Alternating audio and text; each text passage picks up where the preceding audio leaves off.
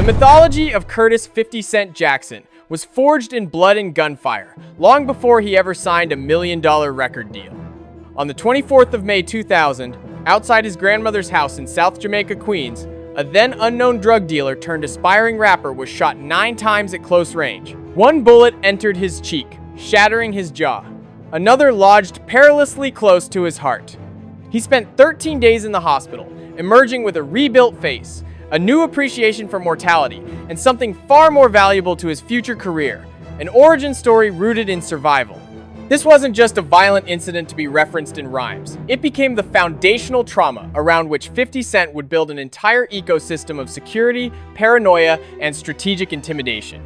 By the time he exploded onto the global stage in 2003 with Get Rich or Die Trying, his narrative was already cemented, the man who'd stared death in the face and smiled. This persona wasn't mere marketing.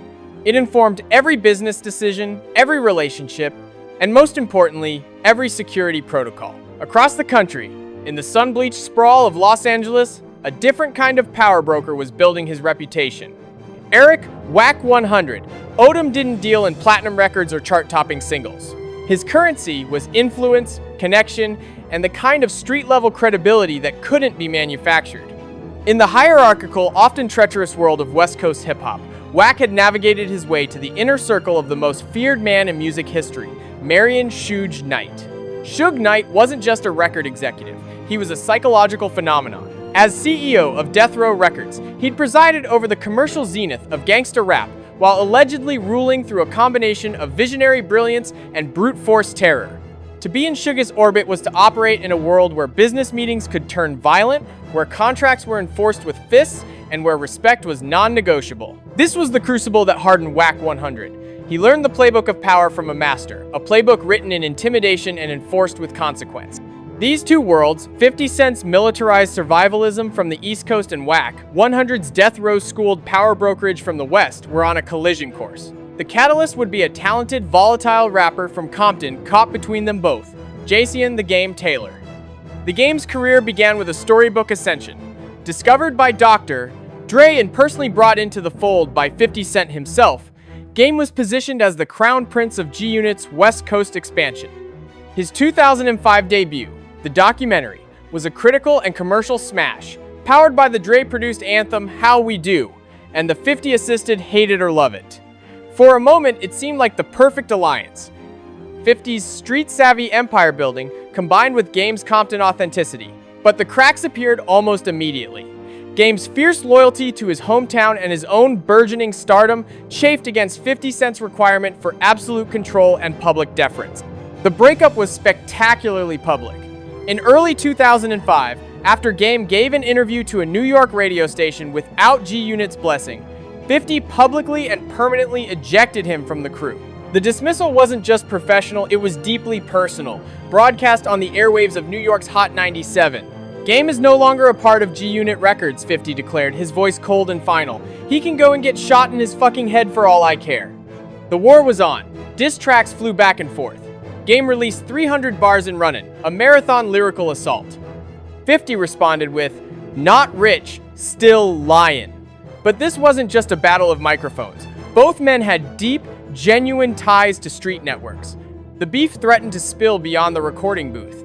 This tension reached its boiling point on the 3rd of April 2005, outside that same Hot 97 studio. As the Game and his entourage were leaving the building after an interview, gunfire erupted. One of Game's associates, Kevin Reed, was shot in the leg.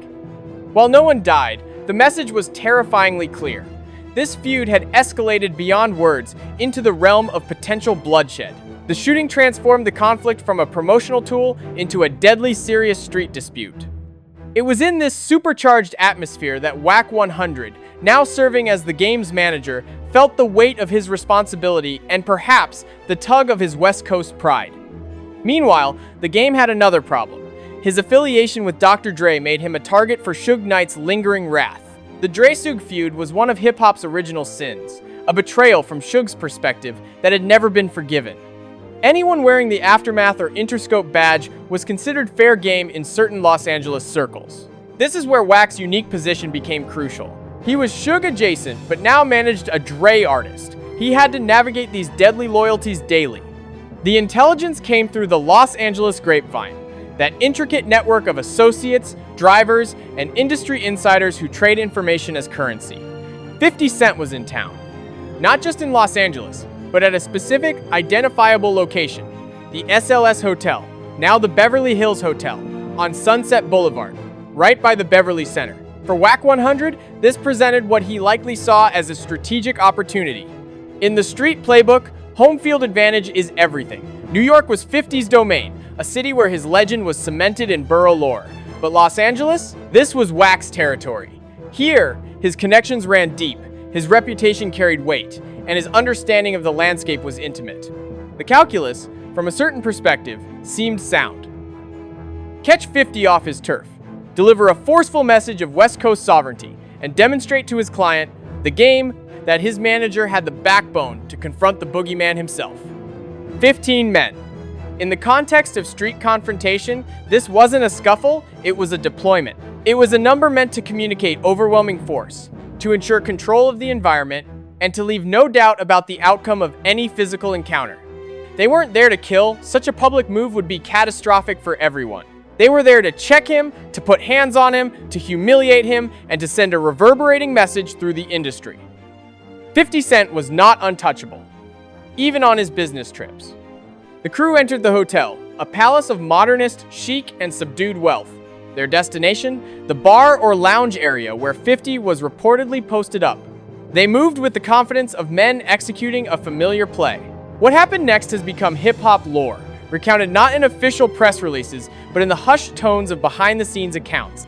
They didn't find 50 Cent lounging with a drink and 2 bored bodyguards. They walked into what appeared to be a fully established security perimeter. The men surrounding 50 weren't the typical broad-shouldered, earpiece-wearing club security. These operators wore tactical gear.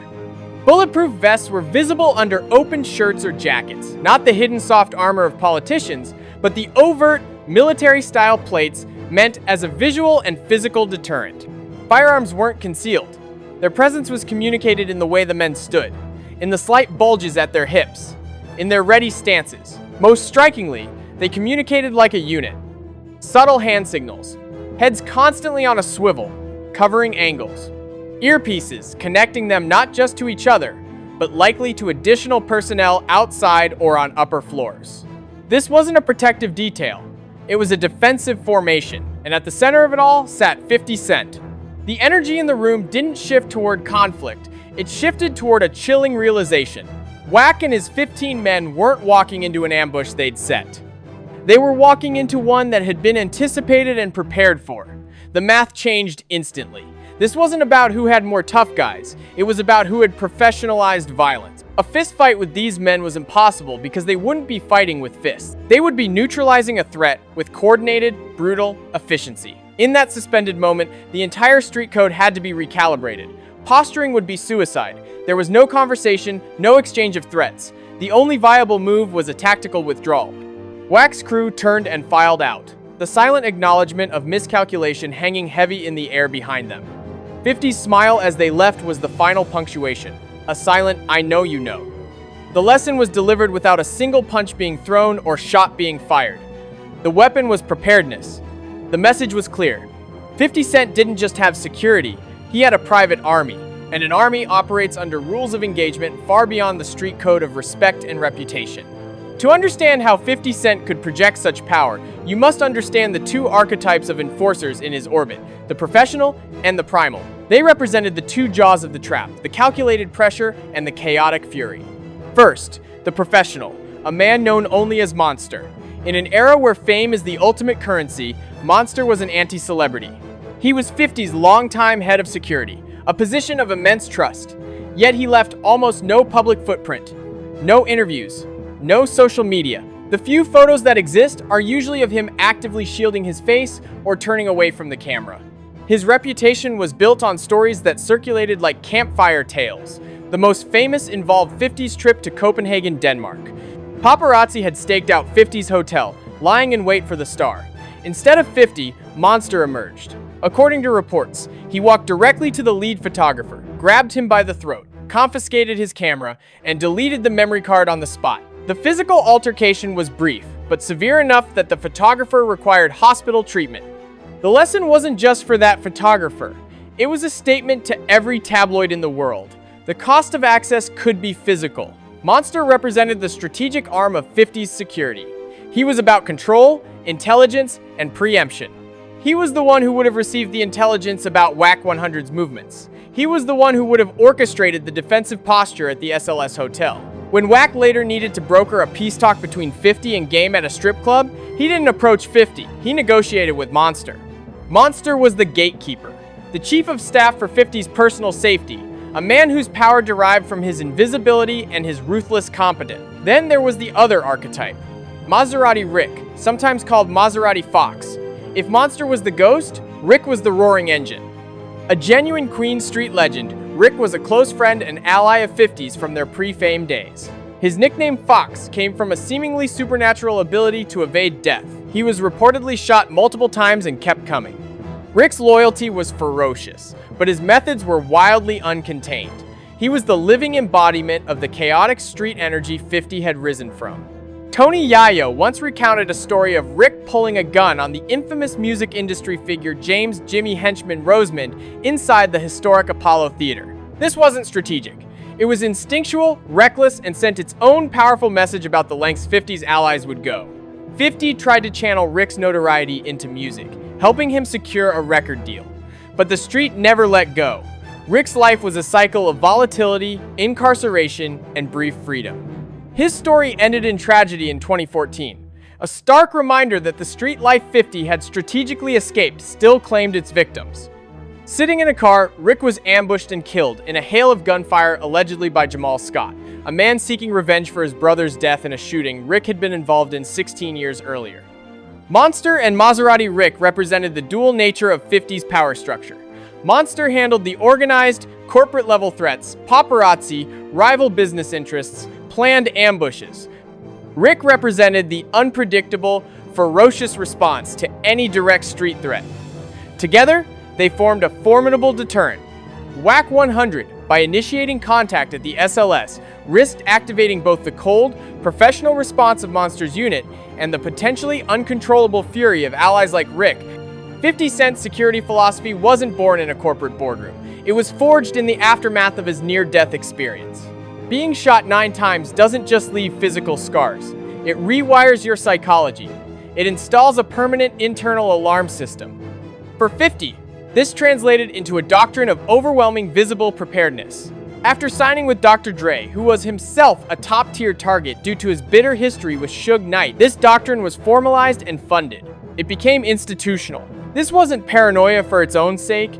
It was a strategic calculation. The goal was to make the cost of an attack so prohibitively high, so guaranteed to fail, that no rational adversary would attempt it. The SLS Hotel standoff was the perfect validation of this doctrine. Wack 100, a rational player, assessed the landscape and chose de-escalation because the odds were catastrophically against him. This mindset was tested directly by the very figure who haunted the industry, Suge Knight. During the filming of the Inda Club video in Los Angeles, Suge allegedly arrived on set with a large entourage, a classic power move meant to intimidate. The atmosphere reportedly froze. But 50's response was telling. He didn't hide or panic. He walked directly up to Suge. Eyewitnesses recall a tense, silent standoff. And then, Suge and his crew left. Why? Because Suge, a master of intimidation, recognized a key truth. You cannot intimidate someone who has already accepted the worst-case scenario. 50, having already survived a hit, carried himself with the demeanor of a man who believed he was living on borrowed time anyway. That lack of fear is itself a terrifying weapon. The ultimate manifestation of this always-ready doctrine occurred at the 2004 Vibe Awards. As Dr. Dre was on stage accepting a Lifetime Achievement Award. A man named Jimmy James Johnson rushed the stage and attacked him. The assault was shockingly brazen, but the response was instantaneous. Before most in the audience could even process what was happening, G-Unit member Young Buck was on stage. In the ensuing melee, Johnson was stabbed, suffering a collapsed lung. The alleged motive? Johnson was reportedly acting on behalf of Suge Knight, who had offered a bounty for anyone who assaulted Dre. The G-Unit response was not a considered boardroom decision. It was a reflexive, violent defense of their patriarch's ally. It proved that the doctrine wasn't just about defense, it included immediate, brutal retaliation. This ecosystem, the monster-led professional security, the street-loyal enforcers like Rick, the institutionalized paranoia, and the culture of swift retaliation created a force field around 50 Cent. It turned him from a potential victim into a walking fortress. The hotel confrontation didn't end the broader feud, but it fundamentally changed its dynamics. Wack 100, having tested the outer wall of 50's fortress and found it impenetrable, shifted strategies. He pivoted from confrontation to negotiation, using his connections to Monster to arrange a brief, tense truce between 50 and the game at a Los Angeles strip club. The peace didn't hold, the beef would flicker for years, but the direct physical challenge was off the table. For Wack, the episode was a costly but valuable lesson in scale. He was a powerful local operator, but he had bumped against a global entity with a paramilitary wing. The street code he mastered had its limits when facing an opponent who operated on a doctrine of total war preparedness. For 50 Cent, the incident was just another Tuesday. It was a validation of his system. Every potential challenger who backed down after seeing the apparatus reinforced its deterrent value. It allowed him to continue his climb from rap star to business mogul, investing in vitamin water, producing television hits like Power, and building a 9-figure empire, all from within the safety of his meticulously constructed bubble. The legacy of this standoff is a blueprint for power in the modern era, where celebrity, street credibility, and corporate interests dangerously intersect. It shows that in such a world, the ultimate power isn't just having a crew, it's having a command structure. It's not about being the toughest guy in the room, it's about ensuring the room is designed so that toughness becomes irrelevant. Wack 100 walked into the SLS Hotel thinking he was going to a negotiation of force. He left, having understood he'd wandered onto a battlefield where the other side had already won, simply by being prepared to fight a war he never intended to start. The final, unspoken lesson hangs in the air years later. In the game of reputation, you can bluff with your past, but you can only stand firm with your present preparedness. 50 Cent built a present so fortified that even the ghosts of his violent past couldn't penetrate it. And for those, like Wack 100, who came to test those walls, the sight of them was enough to tell the whole story. The story isn't about who won a fight, it's about why the fight never happened. And in that silence, in that decision to turn and walk away, lies the most powerful testament to 50 Cent's most formidable creation. Not his music, not his empire, but the absolute, terrifying certainty of his defense.